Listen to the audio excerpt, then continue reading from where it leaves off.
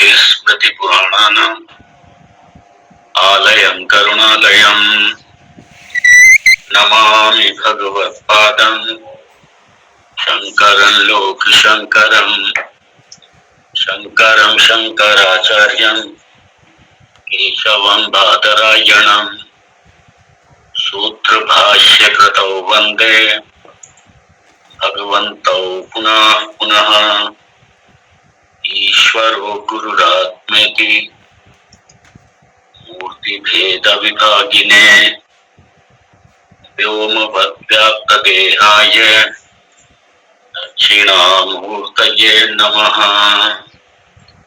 ॐ सहना भवतु सहनौ भुनक्तु सह वीर्यं करवावहै तेजस्विनावधीतमस्तु मा विद्विषावहै।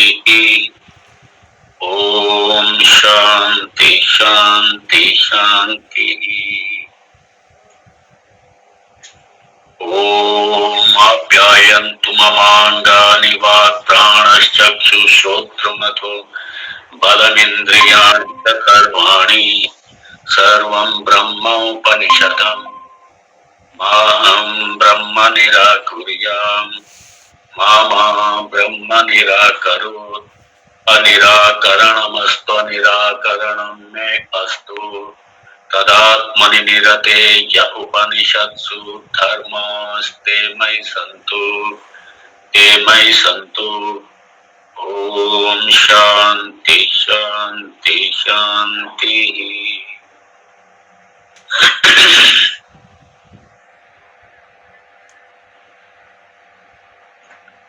मंत्र चौथा, मंत्र नंबर 4, खंड 1।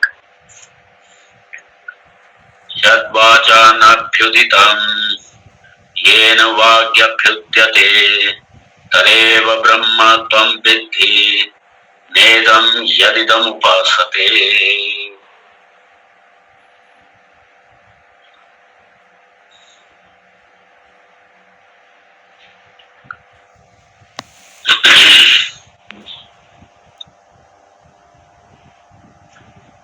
ये जो अब तक जो भगवत प्रसाद, जो गुरु प्रसाद, भगवत कृपा से आप तक जो पहुंच रहा है, ये भगवान गिरिराज जी के चरणों से पहुंच रहा है।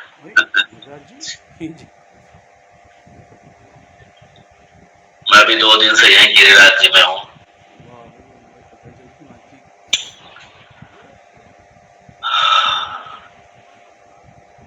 और ये गिरिराज जी भगवान की कृपा है। और गिरिराज जी भगवान स्वयं ही गीताचार्य हैं, स्वयं गीताचार्य हैं।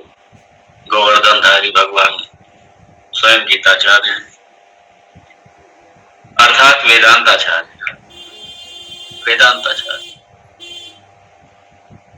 और वेदांत का ही ये उपनिषद मतलब वेदांत।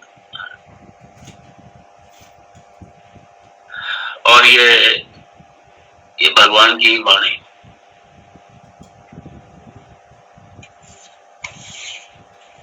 यहाँ पे ब्रह्म का तो निरूपण किया ही गया, लेकिन साथ में अर्थात आत्म वस्तु का निरूपण किया गया है, सत्य का निरूपण किया गया है। दूसरी तरफ अनात्मा का वाद भी किया गया। ये तो स्पष्ट किया गया कि ब्रह्म है क्या, आत्म रूप से ब्रह्म है, लेकिन ब्रह्म क्या नहीं है, और ये भी निगेट किया गया इसमें। इसलिए अनात्मा का पूरी तरीके बात किया गया, क्योंकि जब तक अनात्मा का बाध नहीं होगा, जब तक जगत का बाध नहीं होगा, मिथ्या का बाध नहीं होगा, सत्य का भान कहां से होगा, सत्य का बोध होगा कहां से? सत्य का बोध तो मिथ्या के बाध से होगा, जगत के बाध से होगा, अनात्मा के बाध से ही आत्मा का बोध होगा।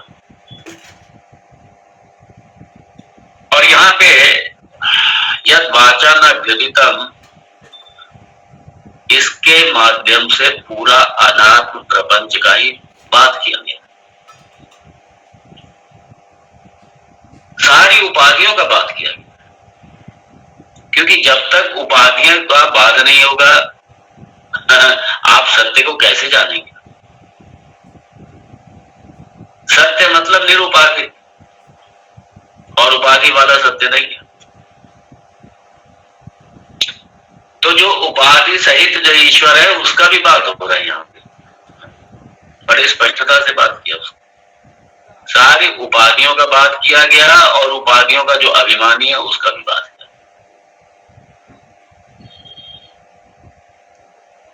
क्योंकि जब तक अनात्म प्रपंच का पूरी तरीके बात नहीं होगा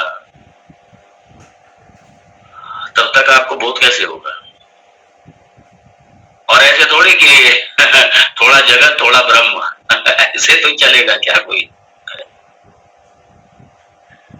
कई लोग सामंजस्य, कई लोग क्या कहते हैं, कुछ जब वो पढ़ेंगे इधर उधर या सुनेंगे तो कहेंगे उन्होंने सामंजस्य किया। क्या सामंजस्य किया? तो भक्ति और ज्ञान दोनों लेकर के चले हैं, जैसे ये भक्ति नहीं है। ये बड़े कंफ्यूजन है लोगों में। वो सामंजस्य करते हैं। वो क्या करते हैं? सामंजस्य करते हैं। ये वेदांत में सामंजस्य नहीं चलता है, ध्यान देना। क्योंकि उपाधि आते ही वो खिचड़ी पक गई। फिर यहाँ तो सत असत का विवेक है। असत का पूरी तरीके बाद जब तक नहीं होगा, सत का भान नहीं होगा, इसलिए सामंजस्य नहीं चलता इसमें। इसलिए समुच्चय नहीं है इसमें। थोड़ा ये भी ले लो, थोड़ा वो भी ले लो। हाँ ठीक है, आप अपनी भक्ति जो द्वैत भक्ति है, जो अपरा भक्ति है, ठीक है, वो एक सहायक साधन है, उसको निगेट नहीं कर रहे। लेकिन तुम समझो द्वैत भी चल जाए और अद्वैत भी चल जाए तो अद्वैत तो या तो ठीक है, या द्वैत चलेगा या फिर अद्वैत चलेगा। और अद्वैत का मतलब ही है पूर्ण वस्तु अद्वैत, पूर्ण वस्तु अद्वैत है। और जब अद्वैत का भान होगा तो द्वैत का निगेट तो होगा, और जब द्वैत का निगेट होगा तो आप ये नहीं कह सकते वेदांत तो सबको क्रिटिसाइज कर रहा है। जब सत्य का प्रतिपादन होगा, असत तो रास्ते में कटेगा ही कटेगा। इसलिए कुछ लोगों को यह बर्दाश्त नहीं होता। इसलिए जो अपने इष्ट तक सिर्फ सीमित होकर के बैठे हैं उनको ये बर्दाश्त नहीं होता, उनको सहन नहीं होता। ये क्यों? वो तो इष्ट का ही बात हो गया। इसलिए वेदांत को ये सहन नहीं कर पाते। यहाँ पे इष्ट का ही बात हो रहा है। नेदम यदिदम उपासते, उसको ब्रह्म मत समझना है जिसकी आप उपासना कर रहे हो। वो सोपाधिक है। वो सोपाधि के देश काल से बंधा हुआ है, वो ब्रह्म कैसे हो सकता है? देश काल वस्तु से जो अपरिच्छिन्न है वो ब्रह्म है, और उपाधि लेते ही सगुण साकार का अपने इष्ट को लेते ही वो तो सीधा सीमाओं में आ गया, वो तो सीधा सीमित हो गया, पूर्णता खत्म हो गई। इसलिए जब इष्ट का बात होता है ना, बर्दाश्त नहीं होता उनसे। और इसलिए कहते नहीं वेदांत, ये वेदांत या कुछ नहीं। बताओ, ये तो कह देते हैं विष्णु जी नहीं है। ये कोई तरीका? जो सारी सृष्टि चला रहा है उसको कहते हैं यही नहीं।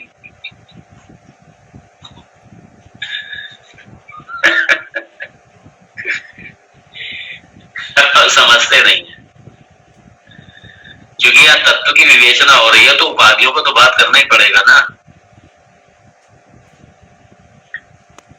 नेदम यदिदम उपासते, वो नहीं है जिसकी लोक उपासना करता है, वो ब्रह्म नहीं है।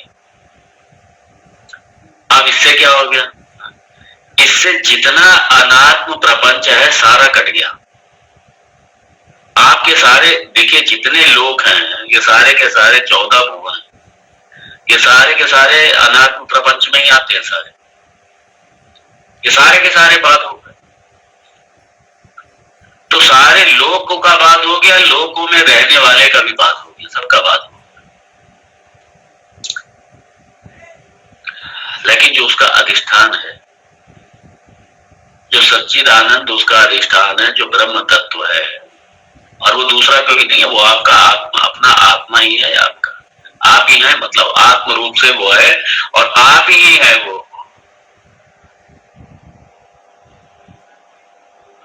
तो जो निरुपाधिक है, निरुपाधिक है, पूर्ण है, अद्वैत है, बिना किसी दूसरे के जो है, अद्वैत मतलब एकमेव अद्वितीय, मतलब एक बिना किसी द्वैत के, बिना किसी दूसरे के, मतलब पूर्ण वस्तु वही है।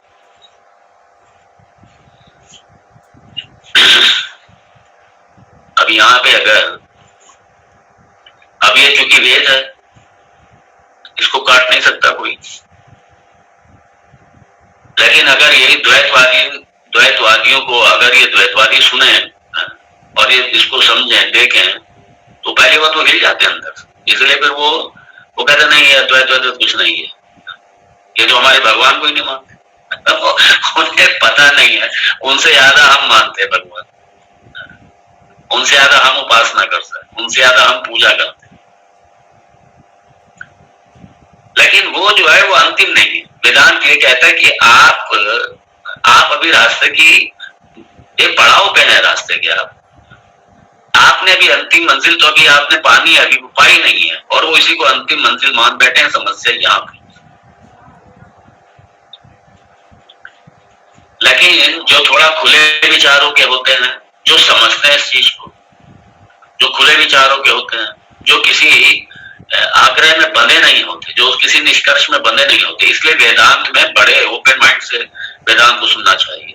अपना कोई आग्रह दुराग्रह मत रखो, जो शास्त्र कहता है उसको देखो, जो वेद कर रहा है उसको देखो, और उसके बाद में लॉजिकली उसको समझने की आप कोशिश करें, क्योंकि ये वेदांत कोई ये खाली ये अंधविश्वास की तरह परंपरा थोड़ी है, सिर्फ आप विश्वास करके बैठ नहीं, हम ये टीचिंग ट्रेडिशन है हमारे, ये कोई बिलीफ सिस्टम थोड़ी है कोई, ये वेदांत ये टीचिंग ट्रेडिशन है। आप समझिए हर चीज को, आप ब्रह्म को भी समझिए, इसको बोध कीजिए, इसको जानिए, इसको ब्रह्म विद्या है, एक नहीं 1000 शंकाएं आपकी उठाइए, आप 1000 शंकाओं को, ये संवाद है, उठाइए शंकाओं। तो जब इस चीज को जब वो समझते हैं, उनमें उस फ्रेमवर्क में जो बैठे हुए लोग द्वैतवादी और विभिन्न मतवादी, जब वो अपने फ्रेम से निकल करके और वेदांत का जब अच्छे से श्रवण करते हैं, तब उनकी समझ में आता है, कहते हैं हाँ ये है। तो वेदांत कोई उपासना की निंदा थोड़ी कर रहा है, वेदांत कोई पूजा की निंदा थोड़ी कर रहा है, वेदांती तो उनसे द्वैतवादियों से ज्यादा पूजा उपासना करते हैं। भगवान शंकराचार्य कितने बड़े उपासक थे, उनके जैसे कौन उपासक, कितने मंदिर उन्होंने निर्माण कराए, कौन सा ऐसा देव है जिसकी स्तुति नहीं की, और तो और पूरी पूजा पद्धति और पूरा कर्मकांड व्यवस्थित तरीके से पुनर्स्थापित किया। इसीलिए वेदांतियों को भी अच्छी तरह समझना चाहिए, शंकराचार्य सिर्फ वेदांती नहीं है मात्र, वो ऐसा नहीं कि उन्होंने भाष्य सिर्फ लिख दिया और अद्वैत को स्थापित कर दिया, पुनर्स्थापित कर दिया, ऐसा नहीं है। उन्होंने पूरे वेद को, पूर्ण वेद को स्थापित किया, उन्होंने कर्म की भी स्थापना करी, पुनर्स्थापना, और उपासना की पुनर्स्थापना करी, दोनों की करी, संपूर्ण वेद की, अद्वैत के साथ वेदांत के साथ उन्होंने इन दोनों की भी स्थापना की। इसलिए आज भी देख लीजिए, जो अपने शंकराचार्य के मठ हैं, जितनी पूजा उपासना वहां होती है, डेली यज्ञ होता है, डेली अनुष्ठान होते हैं कर्म, डेली उपासना, डेली पूजा, और वो ज्यादा होती है। वेदांत का तो 1 आध घंटा ही सिर्फ वेदांत का श्रवण कराया जाता, बाकी 8 घंटे तो पूजा उपासना होती है मठों में। मैं अद्वैत मठों की बात कर रहा हूं। इसलिए क्योंकि अब आप लोग समाज में हैं, आप लोग इस तरीके के लोग टकराते हैं, टकराएंगे, आंसर होना चाहिए, हमारे पास उत्तर होना चाहिए देने के लिए।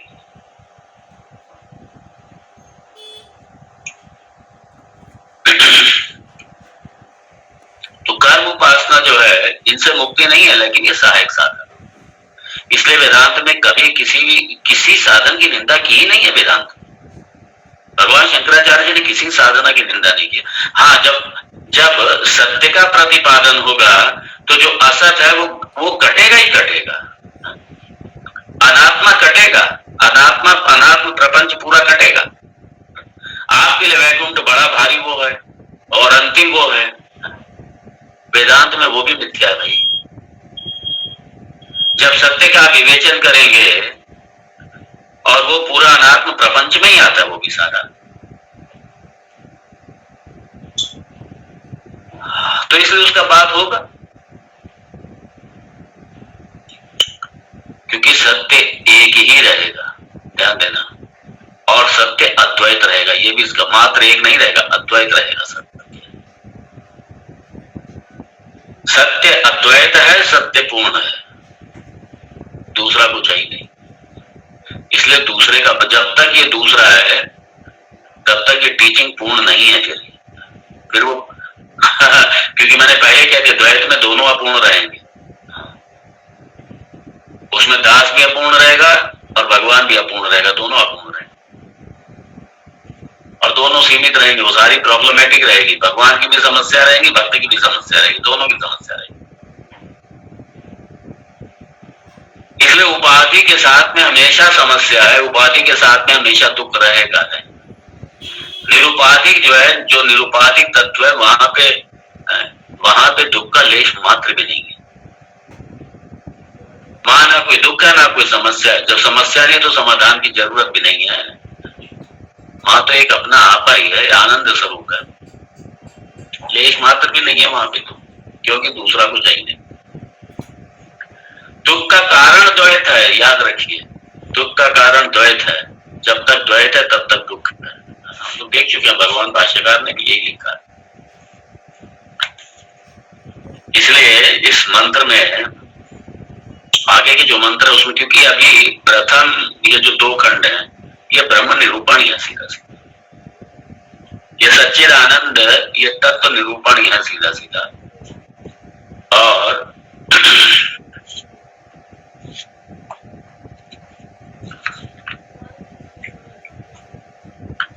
इसलिए तत् ब्रह्मा, वो जो ब्रह्म है, कौन जो वाक का वाक है, वो कहीं और बैठा नहीं है जाकर के, वो कहीं बैठा नहीं है जाकर के, जो सारी, जिसके होने मात्र से इंद्रियां भी अपना अपना कार्य कर रही है, इंद्रिय अपने विषयों में लगी हुई है। वो जो तत्व है वो ब्रह्म और वही आप हैं। तत्वम असि तदेव ब्रह्म तम विद्धि, यहाँ पे यही है। इसलिए महावाक्य जीवेश्वर ऐक्य का प्रतिपादन कर रहा है और कह रहा है जानो, ये बड़ा स्पष्ट है, इस जानो को पकड़ो। इसलिए जो कहते हैं वो तो भक्ति से मिलता, भक्ति से मिलता मतलब कीर्तन भजन करो खाली। यहाँ ये कीर्तन भजन करो नहीं, विद्धि जानो उसको। किससे जानो? शास्त्र से जानो, प्रमाण शास्त्र है। इसलिए उसको जानो, शास्त्र से जानो उसको। शास्त्र बताएगा ना, वेद बताएगा ना कि वो क्या है। वेद ही तो बता रहे हैं ना हमको, ये वेदवाणी है, ये बता रही है हमको।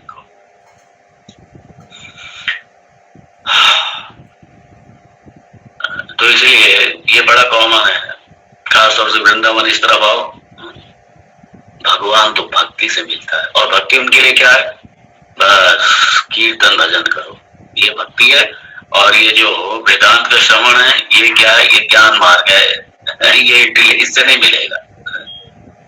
इसलिए कई बार जो नए नए लोग वेदांत में आते हैं और खासतौर से इनके पास आ जाए अगर, तो बस वो बैठ जाते हैं बेचारे। उनसे कहते हैं अरे आत्मा तो यहाँ है, वो तो अनुभव का विषय है, तुम पुस्तक लेके बैठो, पुस्तक में क्या मिलेगा?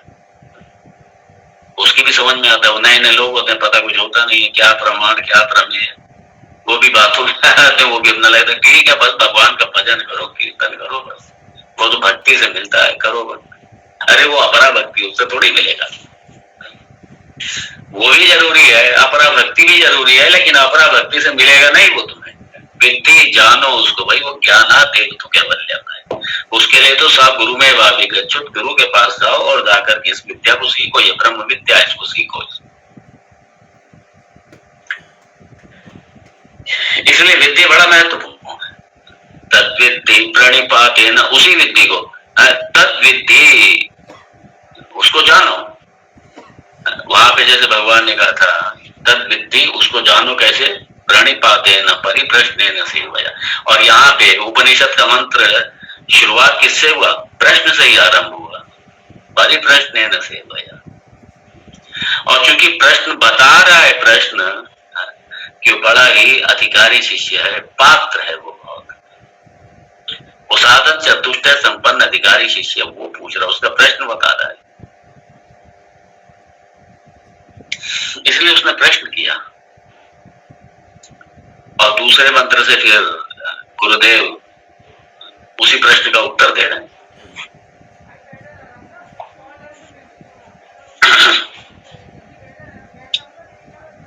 इसलिए कहा तद्विद्धि, यहाँ पे गुरु कह रहे थे भाई आप समझिए उसको, आप जानिए, समझिए, उसका बोध कीजिए, उस ब्रह्म को अपने आपा के रूप में जानो, आत्मा रूप में जानो उसको।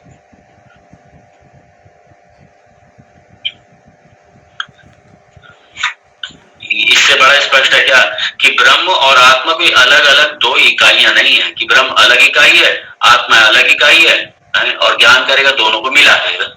कुछ लोग ये भी बड़ी भ्रांति है, जैसे तो गाड़ी के इंजन मिल जाते हैं, तो ऐसे आत्मा परमात्मा में जाकर के गले मिल जाएगी, आत्मा परमात्मा में जाकर के प्रवेश कर जाएगी। लोग यही कल्पना करते हैं, आत्मा परमात्मा का मिलन हो गया, आत्मा परमात्मा का मिलन हो जाएगा। जैसे दो डिब्बे जुड़ते हैं, ऐसे आत्मा अलग है परमात्मा अलग है, दोनों जुड़ जाएंगे। ये नहीं है वेदांत। अर्थात दोनों अलग नहीं है, दोनों एक ही है। अज्ञान की वजह से जो अपने स्वरूप का पता नहीं होता जीव को कि मैं कौन हूं, अज्ञान की वजह से नहीं पता होता। और जब ये ज्ञान हुआ, जब ये ज्ञान मिला, शास्त्र ने जब बताया कि वही जो वाक का वाक है वही ब्रह्म है और वही आप हो, अर्थात आप और ब्रह्म कोई अलग अलग नहीं है। क्या आत्मा जाकर के परमात्मा से गले मिल गई, ये मत समझ लेना, ये सारा गड़बड़ हो जाएगा सारा। जैसे व्यवहार में होता है ना, दो प्रेम होता है, आपस में बहुत दिनों से मिले नहीं होते और आप उसके बाद में दूसरे को गले लगाते हैं, मिल जाते हैं। वो कहते हैं एक हो गए, ये दोनों है। इस तरीके से नहीं है आत्मा परमात्मा। भाई जो आत्मा है वही ब्रह्म है, जो ब्रह्म है वही आत्मा है, दोनों अलग अलग नहीं है। ये जो ऐक्य है, इसलिए मिलना जुलना दोनों का नहीं, अपना ब्रह्म रूप में बोध हो जाना, अपने आप को ब्रह्म रूप से समझ लेना। ये यहाँ पे इसलिए कहा जानो, जानो, गले नहीं मिलो, जानो।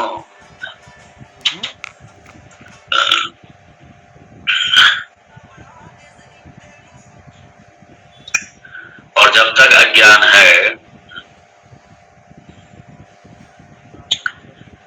तभी तक सारी समस्या है।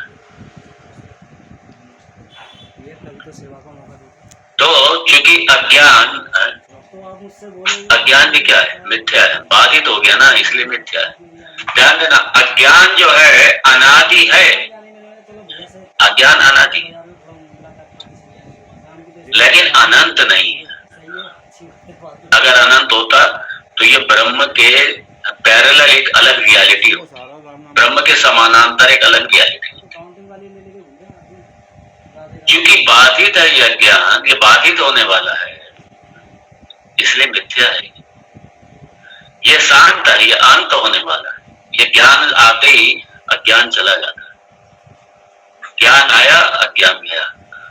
जब ज्ञान आता है तो अज्ञान ये नहीं कहता अरे भाई हम इतने युगों से बैठे हैं, कम से कम थोड़ी देर तो और बैठने दो, नहीं। अंधकार और प्रकाश जैसे ये विरुद्ध स्वभाव है दोनों का, एक साथ नहीं ठहरते दोनों। ऐसे ही अज्ञान और ज्ञान भी, ये दोनों एक साथ नहीं ठहरते, ये दोनों एक दूसरे से मिलते नहीं है, कभी नहीं मिलती है, मिलेंगे भी नहीं, क्योंकि विपरीत स्वभाव है, दोनों एक दूसरे के विपरीत। इसलिए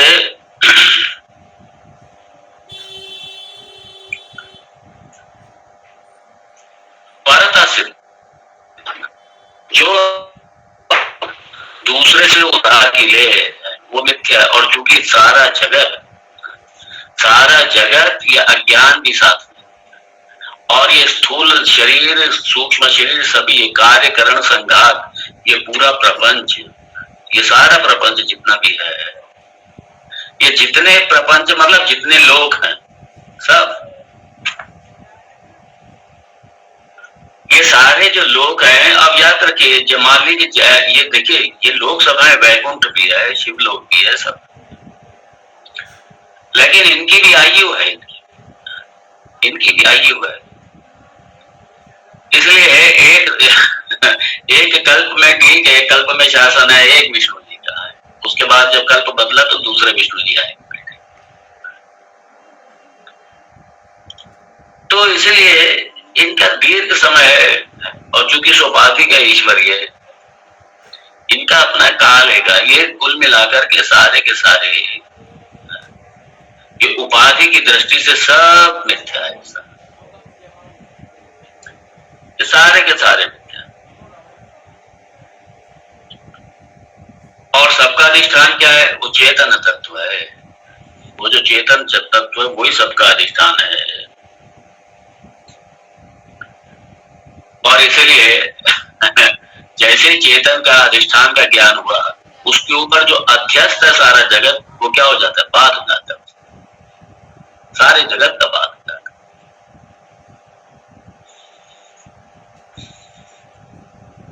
इसलिए तदेव ब्रह्म त्वं विद्धि,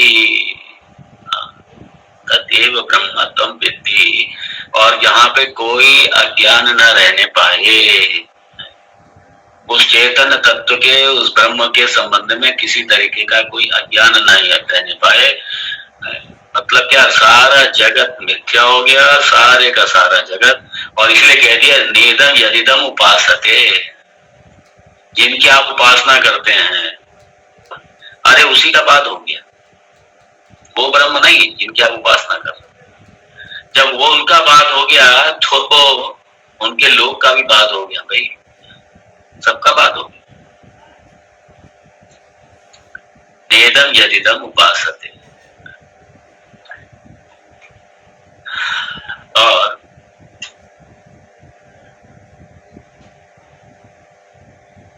वेदांत उपदेश का मुख्य यही है, अज्ञान निवृत्त हो जाए। और अज्ञान कैसे?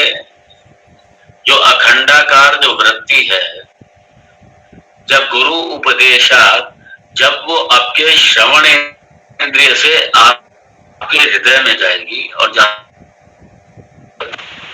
जहां पे आप अपने आप को जीव माने बैठे हैं, जहां पे एकात्म बोध हो रहा है, आपको अपनी देह से जहां पे एकात्म बोध हो रहा है, जहां पे करणों से, अपने करण से अज्ञान बोध हो रहा है, वहां पे जाकर के वो जो अज्ञान, ये ज्ञान रूपी, ये अखंड ब्रह्माकार वृत्ति रूपी ये ज्ञान, ये वहां पे जाके आपके अज्ञान को बाधित करेगा, जाकर वहां पे अज्ञान नाश करेगा।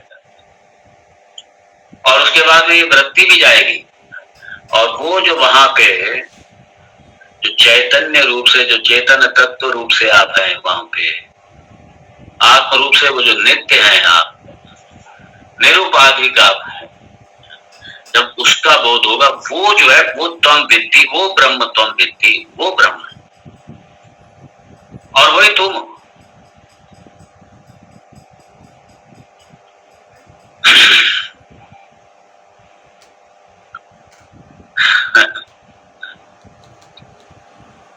ये देखिए, बाकी जितना ये संसार है, ये सारे का सारा क्या, जो भी आपको ज्ञान हो रहा है ऑब्जेक्ट के रूप में, सारा वृत्ति ज्ञान है ये सारा।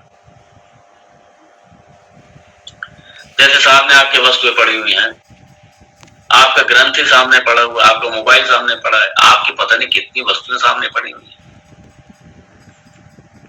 तो सारी की सारी ये क्या है? ये सारे का सारा ऑब्जेक्ट है, ये सारे का सारा।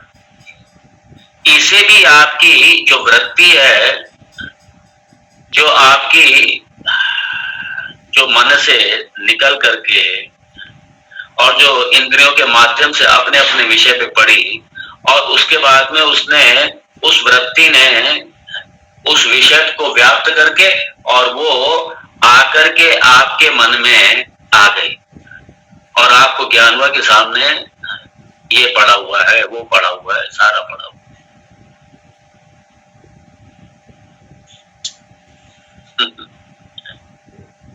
तो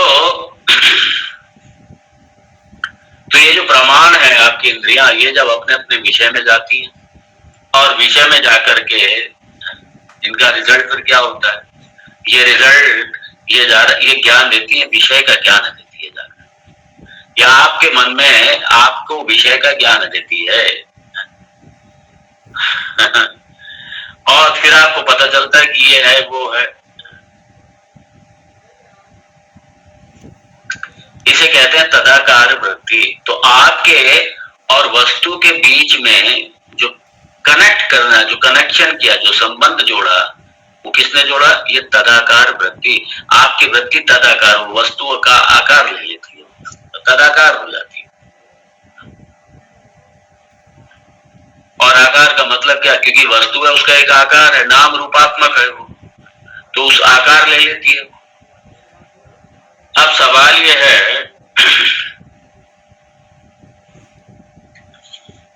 कि ये जो ब्रह्म है, ये ब्रह्म वैसा नहीं है भाई। ये ब्रह्म नहीं है, ये वस्तु के रूप में सामने नहीं है। तो इसलिए क्या, ये इदम वृत्ति का ब्रह्म विषय नहीं है, इदम है ही नहीं। इदम में ब्रह्म नहीं आता है, और इदम से सारा प्रपंच आ गया, सारा जगत आ गया। इदम का मतलब सारा जगत, आपका शरीर, आपका देह भी इसी में आ गया। हम लोग जगत, हम लोग क्या कहते हैं, जब हम लोग जगत कहते हैं तो जगत से अपने देह को अलग कर लेते, वो समझते जैसे देह, ये जो देह है, ये देह जगत की है ही नहीं, मतलब जगत से अलग है ये देह नहीं। जब जगत था तो आपका देह जगत में शामिल है, ये भी जगत ही है। जैसे सामने जड़ प्रपंच है, वैसे देह भी ये जड़ प्रपंच ही है।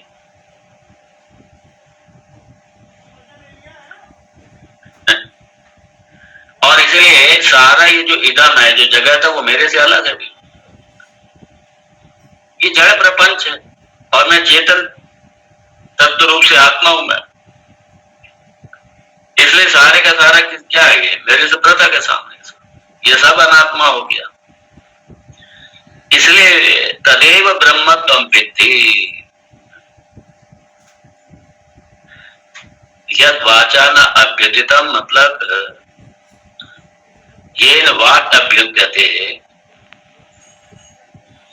तो ये सारा जगत, ये न मतलब उस ब्रह्म तत्व से, उस ब्रह्म तत्व से ये सारा जगत प्रकाशित हो रहा है, सारा जगत, अर्थात कि सारा जगत का अधिष्ठान रूप से ब्रह्म तत्व है।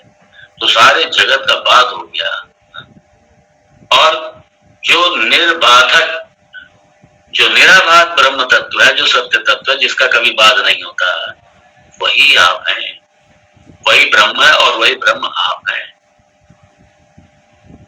और जिसकी आप उपासना करते हैं, जो उपास्य आपका, उसे मत समझ लेना ब्रह्म, बड़ा स्पष्ट कर देना। तो जिसे आपने अपना इष्ट समझ लिया है, अब आप बताइए, ये जो सगुण उपासक हैं, अगर ये वेद का जब ये सुनेंगे और डायरेक्ट इस तरीके से सुनेंगे, वो अच्छा समझने की कोशिश भी नहीं करते, वो सब, ये भी एक प्रॉब्लम। तो बस उनको लगता है ये वेदांत, वेदांत तो कुछ नहीं, ये तो वो क्या, वो तो कहते वेदांत तो भक्ति विरोधी है, भक्ति से भगवान मिलता और भगवान भक्ति, ये वेदांत भक्ति विरोधी है। ये बताओ। वो कहते हैं हमारे इष्ट जो है उसे ब्रह्म मत समझो, वही नहीं हो, इसलिए डर जाते हो। इसलिए वेदांत के कष्ट लोग इसलिए करीब नहीं आते। मुझे तो उनकी बुद्धि पे तरस आता है। उनकी बुद्धि पे तरस आता है।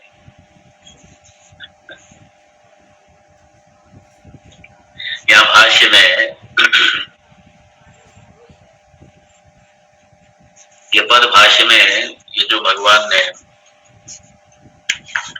भगवान भाष्यकार ने जो ये कोट किया है बृहदारण्य का मंत्र, बहुत सुंदर।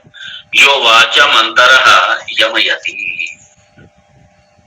यमयति,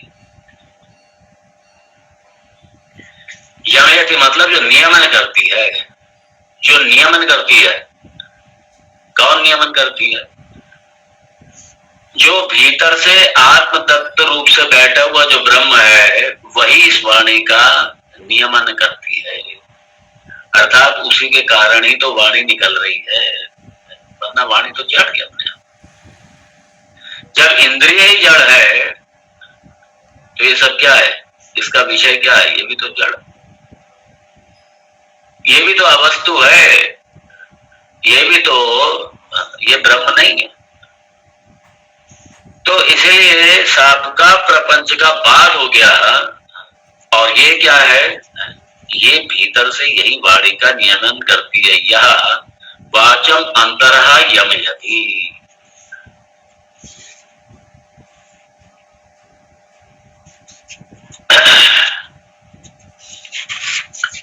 और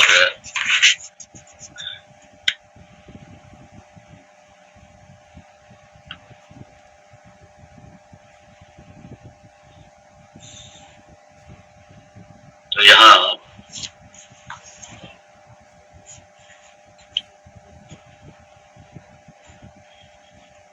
तो तदेव आत्मस्वरूपम, तदेव आत्मस्वरूपम, या तदेव को बड़ा स्पष्ट कर दिया। तदेव आत्मस्वरूपम ब्रह्म निरतिशयम भूमाख्यम बृहतत्वात् ब्रह्मेति विद्धि विजानीहि। इसी को जानो। ये तो निरतिशय, सर्वोत्कृष्ट, निरतिशय, असीमित रूप से जो सर्वोत्कृष्ट ब्रह्म है वही आत्म रूप से है। ब्रह्मेति विद्धि विजानीहि, तुम उसी को जानो भाई। इसे कीर्तन भजन से नहीं मिलेगा, जानो उसको। शास्त्र से, वेद की शरण में जाओ, भगवान की और अपने गुरुदेव की शरण में जाओ। विजानीहि, इसलिए उसको लिखा भैया, उसको जानो उसको। कीर्तन भजन करो या बैठ करके कहीं कुछ भी और हजारों साधनाएं करो, उन सब से नहीं भाई, जानो उसको। विजानीहि, उसको जानो।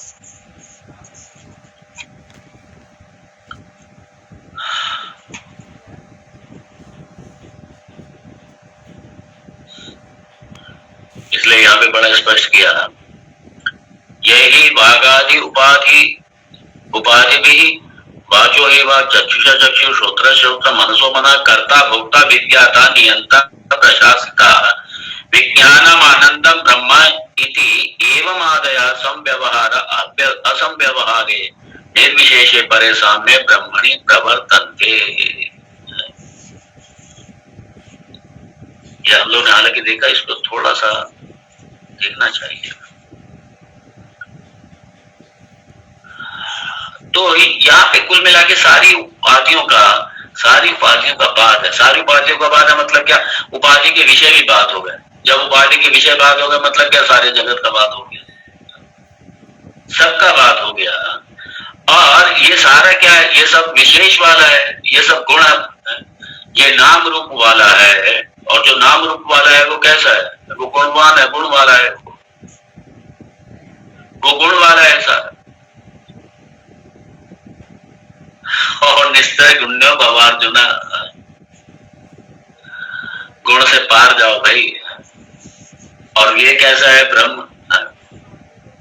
ये भाई है, ये निर्गुण है, निराकार है, सबका अधिष्ठान है, सबका अधिष्ठान है, निर्गुण है, निराकार है, निर्विशेष है, ये ब्रह्म है। तो यहाँ बड़ा स्पष्ट भगवान भाष्यकार ने खोल के रखा।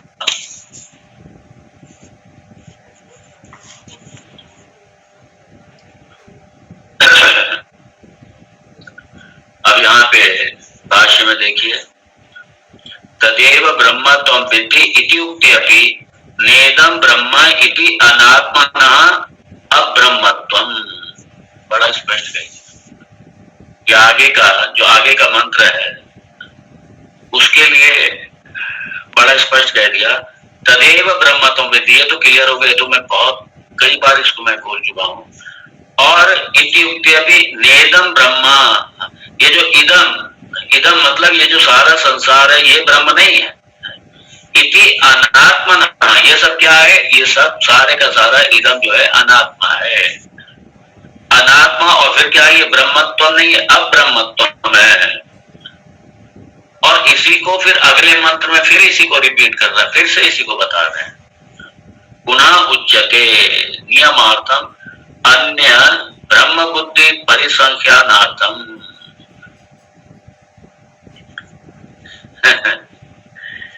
मतलब जो अन्य जो हमारे उपास्य देव हैं उनमें जो ब्रह्म बुद्धि हमने कर रखी है, जो उपास्य देव है हमने उन्हीं को ब्रह्म मान लिया, वो जबकि वो उपाधिक है और ब्रह्म कैसा निरुपाधिक है। तो जो हमने जो उपास्य अपने जो उपास्य हमारे देव हैं, जो हमारे इष्ट हैं, जो हमने उनको ब्रह्म मान लिया या जिन्होंने भी उनको ब्रह्म मान लिया, उसमें ब्रह्म बुद्धि की निवृत्ति के लिए ही अगला मंत्र भी उसी के लिए है। ये मंत्र तो ही उसी के लिए और अगला मंत्र भी उसी के लिए है।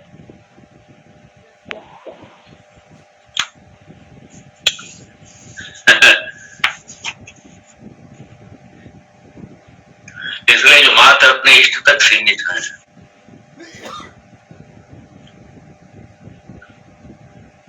वो उनको जब ये सुने डायरेक्ट सीधा सीधा सुने, जब एकदम से झटका लगेगा और वो कह देंगे ये तो भक्ति के विरुद्ध है। ये भक्ति के विरुद्ध है।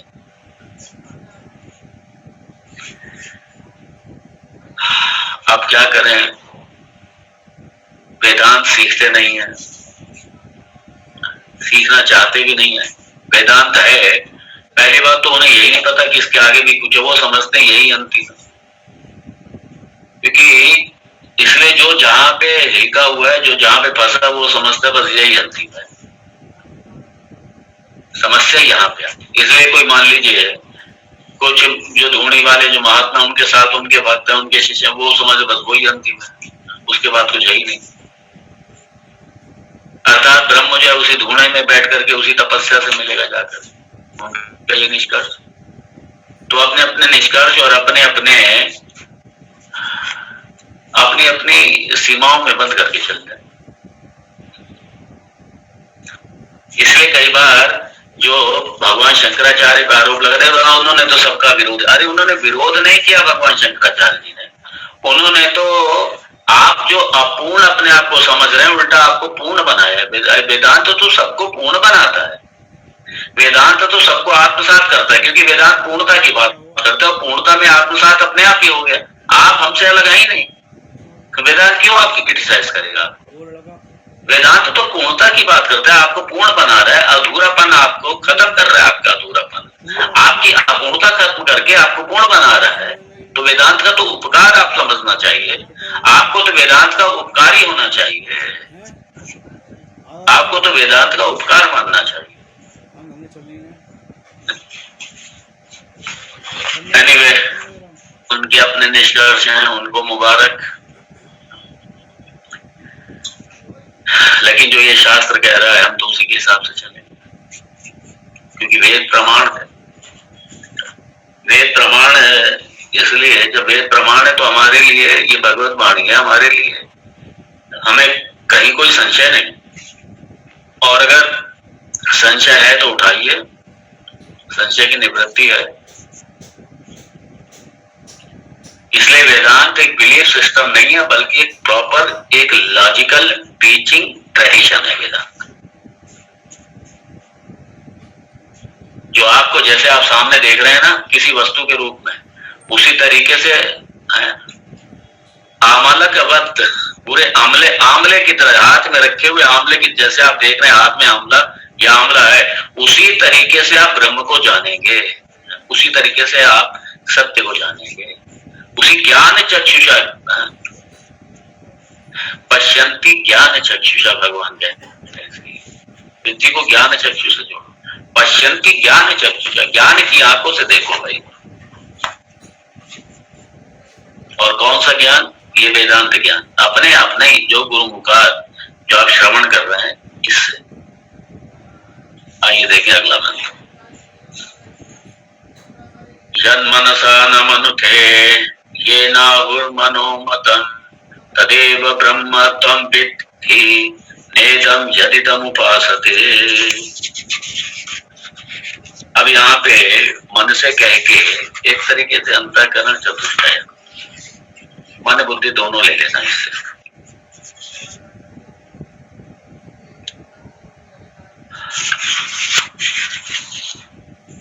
अर्थात आपकी अपनी कल्पना से जो बैठ जाते हैं ना लोग, अपने अपनी इमेजिनेशन करते हैं।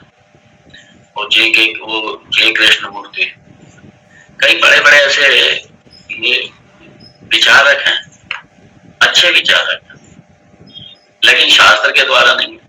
उन्होंने सृष्टि को लेकर के, धर्म को लेकर के ठीक है, उन्होंने अपना एनालिसिस कर दिया। कायदे में तो धर्म को लेकर के भी नहीं, क्योंकि धर्म भी बिना शास्त्र के नहीं। लेकिन वो ब्रह्म तत्व को लेकर अपनी अपनी इमेजिनेशन, अपनी अपनी कल्पनाएं, अपनी कल्पनाएं, तो ये ब्रह्म उनका विषय नहीं है, सीधी सी बात है। वो बड़े अच्छे विचारक हैं, बड़े अच्छे व्यवहारिक पक्ष को लेकर के आप बड़ा अच्छा बोल सकते हैं, वो बड़े अच्छी गाइडलाइन दे सकते हैं। लेकिन ये ब्रह्म के ऊपर ये लेखनी चलाना, ब्रह्म का प्रतिपादन करना, और वो भी अपनी इमेजिनेशन से, अपनी सोच से, अपने लॉजिक से, स्वयंभू जिसे कहते हैं, ये वेदांत, ये ब्रह्म उनका विषय नहीं है। इसलिए जो स्वयंभू हैं उनके तो हाथ जोड़ो दूर से। ब्रह्म तत्व को जानने के लिए मत कहना कभी, ब्रह्म विद्या सीखने के लिए कहना ही मत, और जाना भी मत। जाओ तो आप स्वतंत्र है, आपकी मर्जी, कोई भी जाए,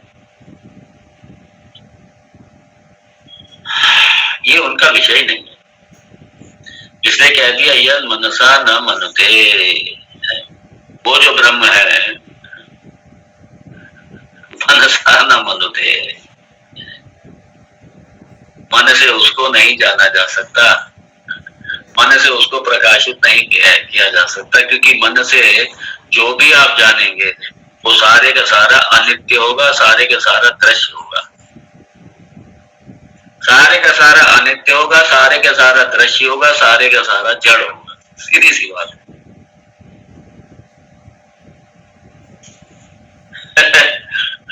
इसलिए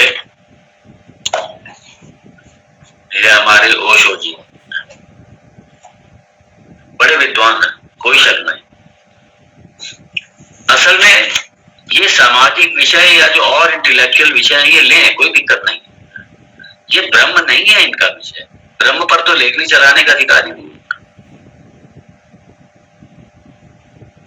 ब्रह्म पर लेखनी चलाने का अधिकार नहीं है। आप पहले अपने किसी गुरु से ब्रह्म विद्या को सीखे तो सही पहले, और गुरु इनके कोई है ही नहीं। ऐसे कई हैं, मतलब ऐसे कई हैं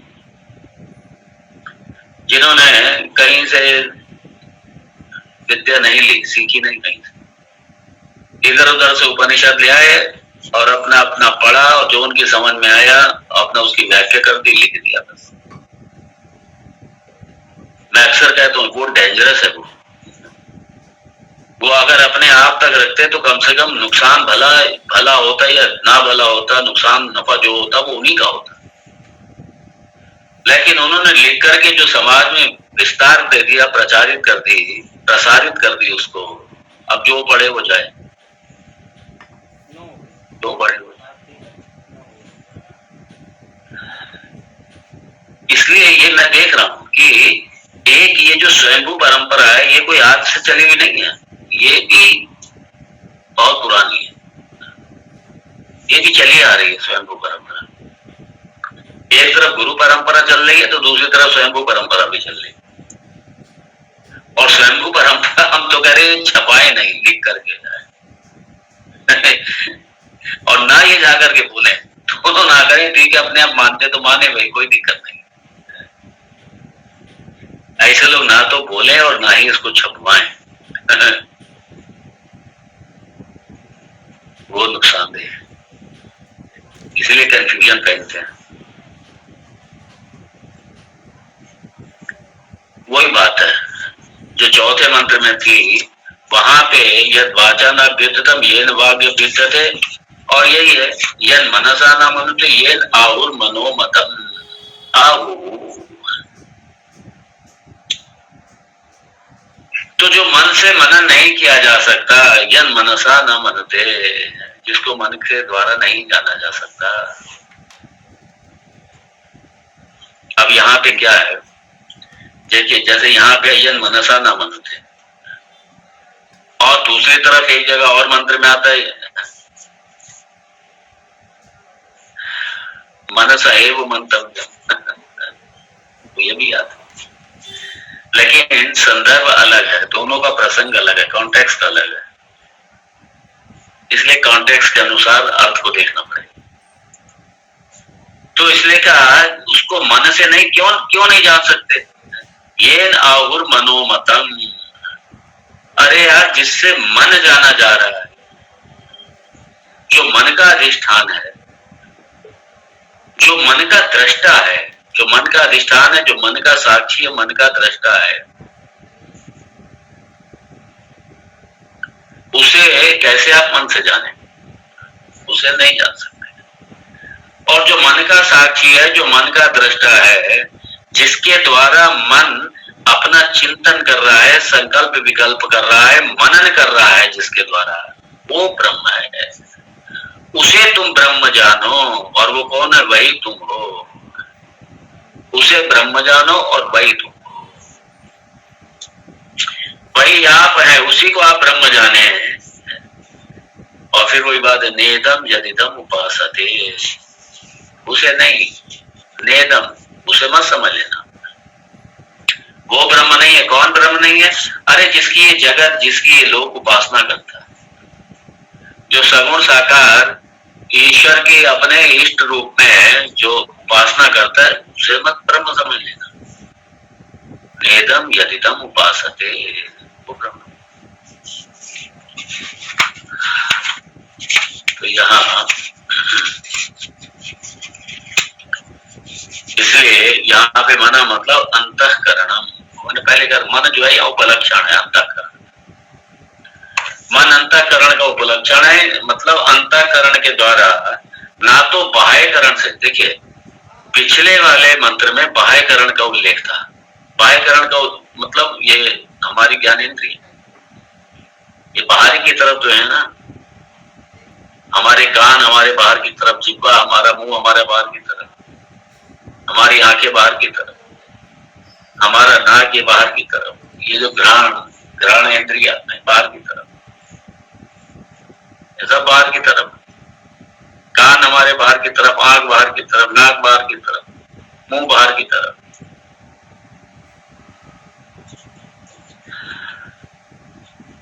और ये जो हमारी त्वग इंद्रिय है, ये भी किसकी तरफ, बाहर की तरफ।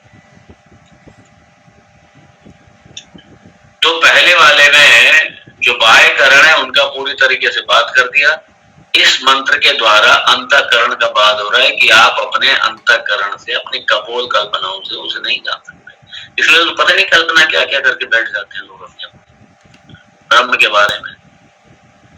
कभी कभी ये स्वयंभू की कभी किताब पढ़ो, बड़ा आनंद है, पता नहीं क्या क्या लिख देते हैं और वो समझते हैं बहुत बड़ा भला कर रहे हैं। भला मत करें भाई, ना लिखिए तो जाकर।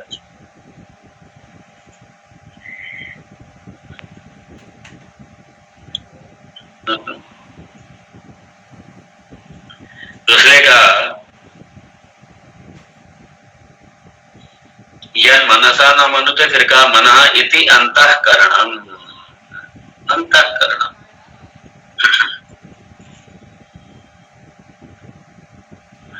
और बुद्धि मनसो एकत्वेन गृह्यते। मन से मतलब यहाँ बुद्धि और मन दोनों का आप ले लीजिए, मतलब दोनों के साथ में इस अंतःकरण को ग्रहण, इसको समझ लीजिए। और मनुते अनेन इति मनः, मन की परिभाषा दी, मनुते अनेन, जिसके द्वारा मनन करते हैं आप, जिसके द्वारा आप मनन करते हैं, चिंतन करते हैं, सोचते हैं, विचारते हैं। मनुते अनेन इति मनः सर्वकरण साधारणम सर्व विषय व्यापकत्वात्। और देखिए, मन ही सारी इंद्रियों के द्वारा, मन ही सारी इंद्रियों के द्वारा इस संसार में, इस जगत में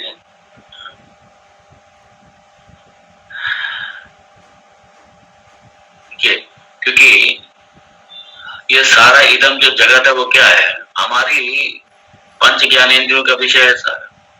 तो जब हमारा पंच ज्ञानेंद्रियों का विषय है तो पंच ज्ञानेंद्रियों तक ही पूरे का पूरा संसार आ गया। ये पांच विषय में पूरा संसार आ जाता है। और वो जो पांच विषय में जो सारा संसार आ गया, और चूंकि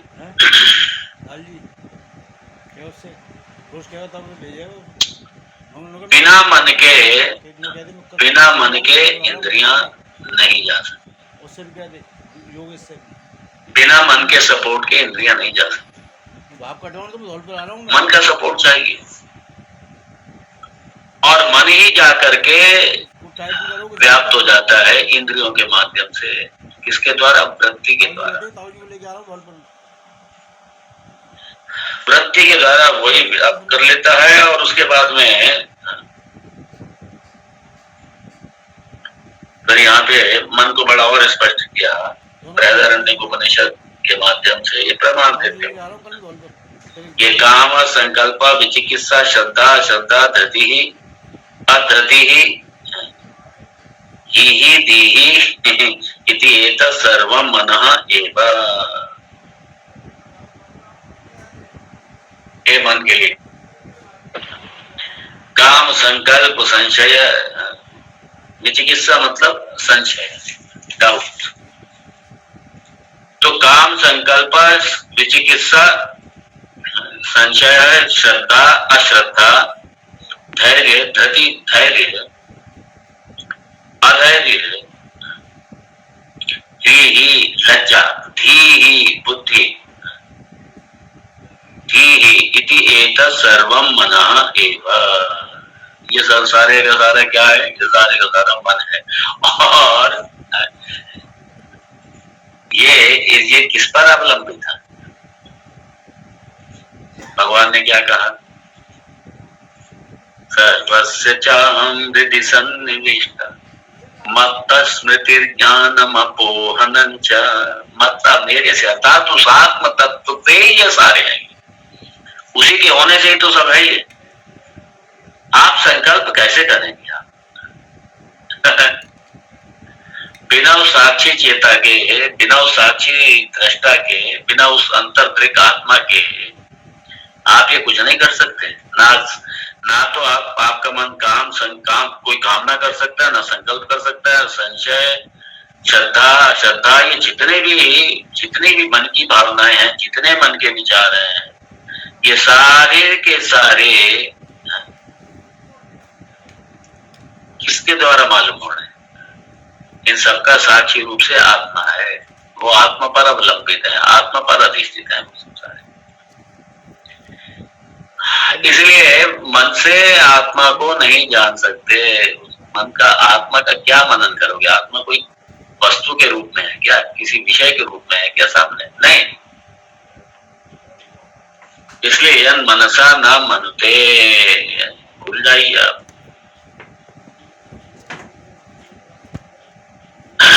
और इसलिए तेन मनसा मतलब उस मन के द्वारा यह चैतन्य ज्योति ही मनसा अवभासकम ना मनुते। अरे वो चैतन्य ज्योति है, वो मन को भी प्रकाशित करने वाला है। उसकी सत्ता से तो मन प्रकाशित हो रहा है। इसलिए मन उसको कैसे जान लेगा उसको?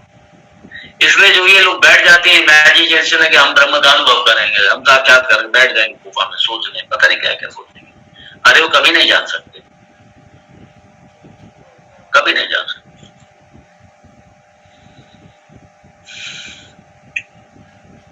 इसके बाद में ये भी बड़ा सुंदर मंत्र है। ये सारा ब्रह्म का ही निरूपण, ब्रह्म नहीं आपका ही निरूपण हो रहा है। ये हमारा अपना बायोडाटा है ये, और कुछ नहीं। मेरा अपना ही परिचय दिया जा रहा है, मुझे ही मुझसे मिलाया जा रहा है। ये बड़े मजे की बात है, मुझसे ही मुझे मिलाया जा रहा है। तो क्या अभी तक मिले हुए नहीं है क्या? मिले हुए तो है लेकिन जानते नहीं। जिससे मिले हुए हो वो नहीं हो आप, बस यही तो समस्या है। आप उपाधि वाला जो बने बैठे हो, निरुपाधिक होकर के, उपाधियों का बात करके, वो आपका आपसे मिलना होगा। अभी तक तो आप आपसे मिले ही नहीं। बड़ा सुंदर, इसको आगे और देखेंगे कल। ओम तत्सत। ओम पूर्णमदः पूर्णमिदं पूर्णात् पूर्णमुदच्यते पूर्णस्य पूर्णमादाय पूर्णमेवावशिष्यते। ओम शांति शांति शांति। शंकरं शंकराचार्यं केशवं बादरायणं सूत्रभाष्यकृतौ वन्दे भगवन्तौ पुनः पुनः। ईश्वरो गुरुरात्मेति मूर्तिभेदविभागिने व्योमवद्व्याप्तदेहाय दक्षिणामूर्तये नमः। ओम शांति शांति शांति। हरि ओम श्री गुरुभ्यो नमः। हरि ओम नमो नारायणाय स्वामी जी।